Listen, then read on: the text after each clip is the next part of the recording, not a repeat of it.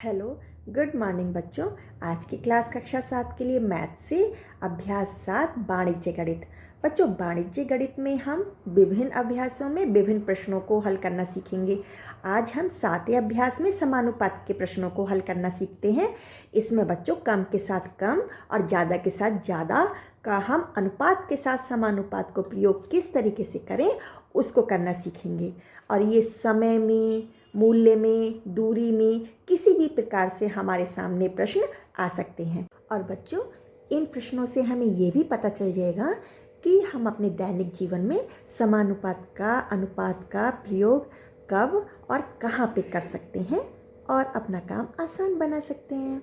देखो बच्चों, अभ्यास 7A अब हम शुरू करेंगे। तो इसमें अनुपात और समानुपात लगाते हुए हम किस तरीके से काम करेंगे इसको सीखेंगे इस अभ्यास में। ठीक है बच्चों। देखो बच्चों, पहला प्रश्न है x और y को हमें k के रूप में लिखना है। आप देख रहे होंगे सारणी में किस तरीके से हमें x की वैल्यू कितनी दी गई है और y की कितनी दी गई है। तो अब हम k निकालेंगे x बटे y करके। ठीक है, तो पहला हमने निकाला 20/40। तो कितना होता है 20 ही कम 20, 20 दूनी 40, कितना आया 1/2। ऐसे ही 40/80 को देखो, ये कितना आया, ये भी 1/2 आया। 60/120 को देखो, ये भी 6 कम 6, 6 दूनी 12 है ना, 1/2 आया। और 0 से 0 कट गया। यहाँ भी देखो 0 से 0 कट गया, 8 कम 8, 8 दूनी 16, ये भी हमारा 1/2 आ गया। ठीक है, तो इसका आंसर हर एक स्थिति में कैसा है, 1/2 है। बच्चों देखो, दूसरा प्रश्न है कि 4 किलोग्राम चाय का मूल्य है ₹420। तो 12 किलोग्राम चाय का मूल्य क्या होगा। तो इसके ऑप्शन भी दिए गए हैं कि इनमें से उत्तर बताओ। अब बच्चों हम क्या करेंगे कि किलोग्राम चाय कितनी है वो एक साइड लिखेंगे और वो कितने की मिल रही है उसका मूल्य एक साइड लिखेंगे। तो 4 किलोग्राम चाय का मूल्य तो 420 रुपये दिया गया है। 12 किलोग्राम चाय का मूल्य हमें पता लगाना है। तो हम क्या करेंगे, जो चीज़ ज़्यादा होती है उसको कम से ज़्यादा की ओर एरो लगाया जाता है। अब 4 का मूल्य इतना है तो 12 का तो ज़्यादा ही होगा ना, तो इसलिए इसका भी मूल्य कम से ज़्यादा की ओर हमने लगाया। अब हम इसको लिखेंगे कैसे, 4 अनुपात 12, और ये बच्चों समानुपात का निशान होता है। इसी के अकॉर्डिंग अब हम इसको भी देखेंगे, है ना। फिर यहाँ से शुरू करते हैं और एरो तक लेके जाते हैं, जैसे कि 420 अनुपात x। ठीक है, ये आ रही है ना बात समझ में। अब हम क्या करेंगे, इसकी यहाँ पे अंदर की अंदर गुणा करेंगे मध्य पद की और बाह्य पद की बाह्य पद से गुणा करेंगे। ये आई बात समझ में। तो 4 गुणा x, ठीक है, बराबर 12 गुणा 420। अब ये 4 जो है वो भाग में आ जाएगा।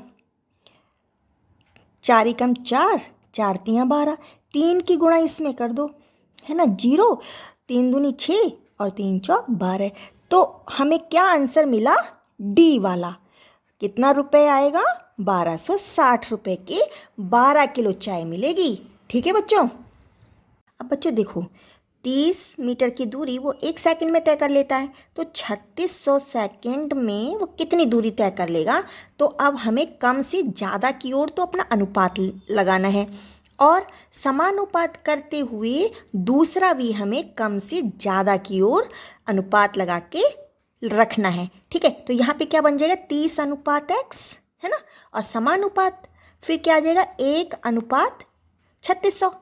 अब हम करेंगे मध्य पद की गुणा और बाह्य पद की गुणा। ठीक है, तो क्या हो गया, ये 30 गुणा 3600 बराबर x गुणा 1। तो 1 तो बच्चों फिर ऐसे काउंट होता नहीं है, है ना, x ही कम x। तो x बराबर कितना हो गया, ये 3 0 लगा दो, 3 की गुणा कर दो, 3 छंग 18, हासिल 1, 3 तिया 9 और 1 10, 1,08,000 मीटर। अब 1 किलोमीटर में कितने मीटर होते हैं, 1000। तो किलोमीटर बनाने के लिए क्या करेंगे, 1000 से भाग लगा देंगे। भाग लगाया, तीनों जीरो कट गई, कितना बचा, 108। तो क्या आंसर आया, 108 किलोमीटर। क्या आंसर हमारा है यहाँ पर, सी हमारा सही है। ठीक है बच्चों। अब बच्चों चौथा सब प्रश्न हम किताब में ही करेंगे, है ना। निम्नांकित अनुलोम समानुपाती सारणी में रिक्त स्थानों की पूर्ति अपनी अभ्यास पुस्तिका में कीजिए।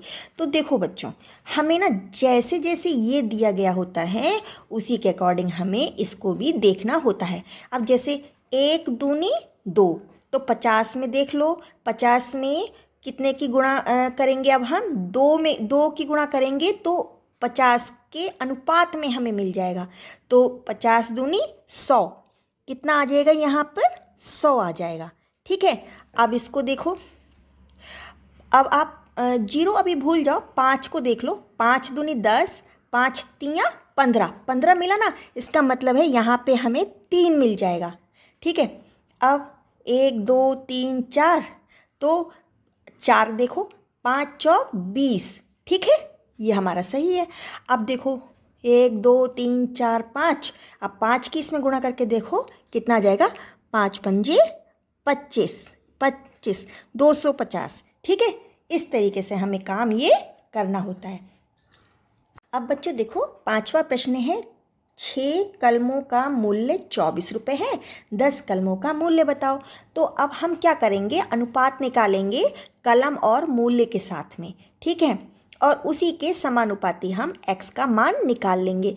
तो 6 कलम का मूल्य 24 रुपये है, तो 10 कलम का मूल्य ज़्यादा ही होगा ना, इसलिए कम से ज़्यादा की ओर एरो लगा दिया, इधर भी और इधर भी जरूर ज़्यादा ही मिलेगा। ठीक है, अब हम अनुपात लगाएंगे, 6:10, कम से ज़्यादा की ओर लगाते हैं। अब समानुपात, इसी अनुपात से अब हम इसको देखेंगे, तो हम 24:x, कम से ज़्यादा की ओर। अब हम क्या करेंगे, मध्य पद की गुणा करेंगे और बाह्य पद की गुणा करेंगे। ठीक है, तो 6 गुणा x बराबर कितना आ जाएगा, 10 गुणा 24।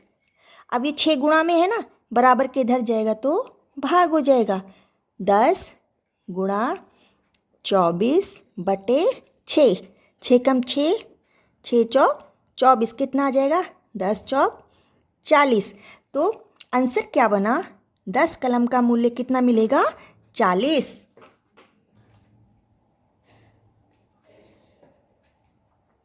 10 कलम का मूल्य कितना है, 40 रुपये है, 40 रुपये होगा। ठीक है। अब बच्चों इसको देखो, 5 मजदूरों की मजदूरी है 1250 रुपये, 8 मजदूरों के लिए कितनी मजदूरी होगी। तो हम अब अनुपात लगाएंगे मजदूर और मजदूरी के बीच में। ठीक है, और उसी के अकॉर्डिंग हम समानुपात करके अपने x का मान निकाल लेंगे। तो 5 मजदूर की मजदूरी 1250 रुपये है, तो 8 की कितनी होगी, ज़्यादा ही होगी ना, इसलिए हम अपना अनुपात ऐसे लगाएंगे, कम से ज़्यादा की ओर।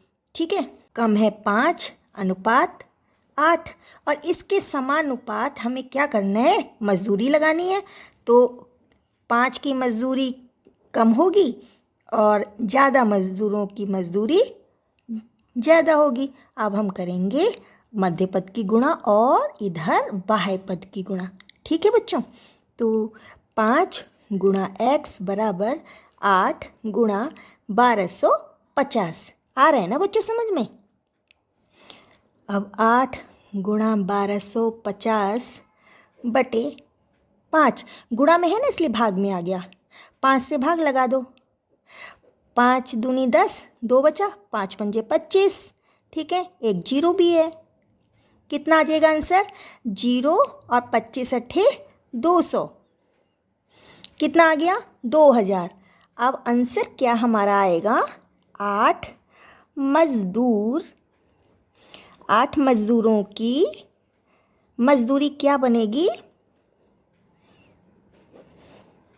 रुपये 2000 होगी, है ना बच्चों, आए समझ में। बच्चों 7वां प्रश्न है, 4 गेंद या 3 कलमों का मूल्य तो 12 रुपये है, तो 6 गेंद और 6 कलमों का मूल्य बताइए। अब बच्चों हम क्या करेंगे, कलम को भी गेंद में बदल लेंगे। तो 3 कलम बराबर 4 गेंद है ना, और 1 कलम 4/3 गेंद के बराबर हो जाएगी, और 6 कलम कितने गेंद के बराबर हो जाएगी, 4/3 गुणा 6। तो 3 से 6 को काट दो, 3 दूनी 6, 2 चौक 8, 8 गेंद के बराबर मूल्य हो जाएगा। जब हम 6 कलम खरीदेंगे तो उसका मूल्य किसके बराबर हो जाएगा, 8 गेंद के बराबर हो जाएगा। बच्चों हमारा आगे प्रश्न है, 6 गेंद और 6 कलम का मूल्य हमें बताना है। तो अब हम क्या करेंगे, 6 गेंद तो है ही, है ना, और 6 कलम कितने गेंद में बदल गई हैं, 8 गेंद में बदल गई हैं। तो 6 और 8 को अब हम जोड़ देंगे तो हमारे पास टोटल कितनी गेंद मिल गई, 14 गेंद मिल गई। इस 14 गेंद का अब हम मूल्य निकालेंगे। तो यहाँ हम अब अनुपात लिखेंगे गेंद और मूल्य के लिए।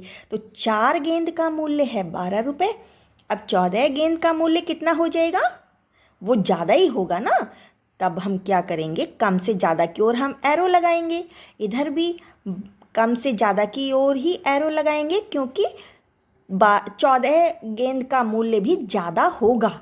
ठीक है, अब करेंगे हम अपने मध्य पद और बाह्य पद की गुणा। मध्य पद की गुणा करेंगे आपस में और बाह्य पद की गुणा करेंगे। तो बाहर क्या है, 4 गुणा x बराबर ये कितना है, 14 गुणा 12। अब ये 4 जो गुणा में है ये भाग में आ गया। अब x बराबर कितना हो गया, 14 गुणा 12/4। तो 4 एकम 4, 4 तियाँ 12, कितना आ गया, 14 तियाँ 42। तो आंसर क्या बना, 6 गेंद और 6 कलम का मूल्य कितना होगा, 42। कितना होगा, 42 रुपये है। अब बच्चों 8वां प्रश्न है, एक मशीन 5 मिनट में 200 पन्ने छापती है। इसी प्रकार 2 गुणा 10⁻³ पन्नों को छापने में कितना समय लगेगा। तो 2 गुणा 10⁻³ को अब हम कैसे लिख सकते हैं, इसका क्या मतलब हो गया, 10 की गुणा 3 बार, 10 की गुणा जब 3 बार करेंगे तो कितना हो जाएगा, 1000 आ जाएगा, है ना। 10 धाम 100, 100 धाम 1000, 1000 आ जाएगा। तो ये कितना हो जाएगा, 2 गुणा 1000 कितना हो जाता है, 2000 पन्ने। ठीक है, तो 5 मिनट में तो 200 पन्ने छपाई होती है, तो 2000 पन्नों की छपाई में तो ज़्यादा समय लगेगा ना, इसलिए कम से ज़्यादा की ओर हमने एरो लगा दिया। अब हम क्या करेंगे, मध्य पद की गुणा करेंगे और बाह्य पद की गुणा करेंगे। तो 5 गुणा 2000 बराबर 5x गुणा 200। ठीक है, अब जो x के साथ 200 है वो जब बराबर के इधर आएगा तो भाग में आ जाएगा। ठीक है, तो क्या करेंगे, x बराबर 2000 गुणा 5/200। तो ये 2 जीरो से तो 2 जीरो काट दी, और 2 एकम 2, 2 धाम 20। अब 10 पंजे 50। ठीक है, अब हमें आंसर क्या मिला कि 2000 पन्ने की छपाई में कितना समय लगेगा, 50 मिनट का समय लगेगा। आया बच्चों समझ में। बच्चों देखो 9वां प्रश्न है, एक परिवार के 4 सही 1/2 यूनिट के राशन कार्ड पर 36 किलोग्राम गेहूँ मिलता है। ऐसे ही 3 सही 1/2 यूनिट के राशन कार्ड पर कितना गेहूँ मिलेगा। तो अब हम पहले ना ये यूनिट को सरल कर लेते हैं। तो कैसे करेंगे, 4 की गुणा 2 में करके 1 जोड़ देंगे, है ना। तो 4 दूनी 8 और 1 9, 9/2। ठीक है, ऐसे ही हम इसको भी सरल कर लेंगे। 3 गुणा 2 में 1 जोड़ देंगे /2, तो कितना हो जाएगा, 3 दूनी 6 और 1 7, 7/2 हो जाएगा। ठीक है, अब बच्चों देखो हम यूनिट और किलोग्राम गेहूँ पर अनुपात लगाएंगे।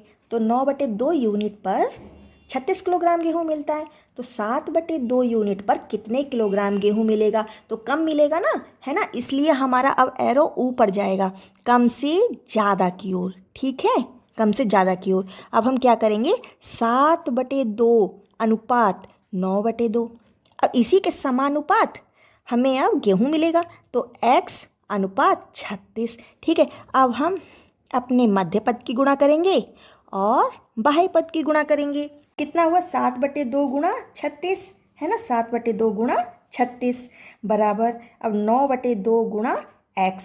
अब हम क्या करेंगे, x बराबर है ना 36 गुणा 7/2 तो ऐसे ही लिख देंगे है ना, बटे में ऐसे लिख देंगे। और जो ये 9/2 है ये अब पलट जाएगा है ना, जो 9 ऊपर दिख रहा था वो अब नीचे आ जाएगा और जो 2 नीचे दिख रहा था वो ऊपर आ जाएगा। ये हमने ये गुणा के साथ है ना तो भाग लगाया तो इसकी संख्याएं पलट गई। आ रही है ना बात समझ में? ठीक है, अब क्या करेंगे, 9 से भाग लगा दो, 9 × 9, 9 चौक 36 और 2 से 2 कट गया, कितना आया 7 चौक 28। क्या आंसर मिला, 28 किलोग्राम गेहूँ मिलेगा। कितने पे मिलेगा, 7/2 यूनिट पर मिलेगा। ठीक है बच्चों, तो 10वां प्रश्न है, एक रेलगाड़ी 315 मीटर लंबी है, 54 किलोमीटर प्रति घंटा की चाल से वह एक खंभे को कितने समय में पार कर लेगी। तो हम अब क्या करेंगे कि 54 किलोमीटर जो है उसको भी हम मीटर बना लेंगे। कैसे, 1 किलोमीटर बराबर 1000 मीटर, तो 54 किलोमीटर बराबर 54,000 मीटर। और 1 घंटा को क्या बनाएंगे, सेकंड बनाएंगे है ना। 1 घंटा में कितने सेकंड होते हैं, 60 × 60 3600 सेकंड होते हैं। अब हमारा क्या हुआ कि 54,000 मीटर के लिए कितना समय लग रहा है, 3600 सेकंड लग रहा है। और 315 मीटर के लिए फिर कितना समय लगेगा, ठीक है, कि वो खंबे को उतने सेकंड में पार कर ले। ठीक है, अब ये 315 कम है और 54,000 ज़्यादा है, तो एरो अब कम से ज़्यादा की ओर अर्थात नीचे से ऊपर की ओर लगेगा। तो अब हम क्या करेंगे, यहाँ पे अपने मध्य पद की गुणा करेंगे और अपने बाह्य पद की गुणा करेंगे, मध्य पद और बाह्य पद की गुणा करेंगे।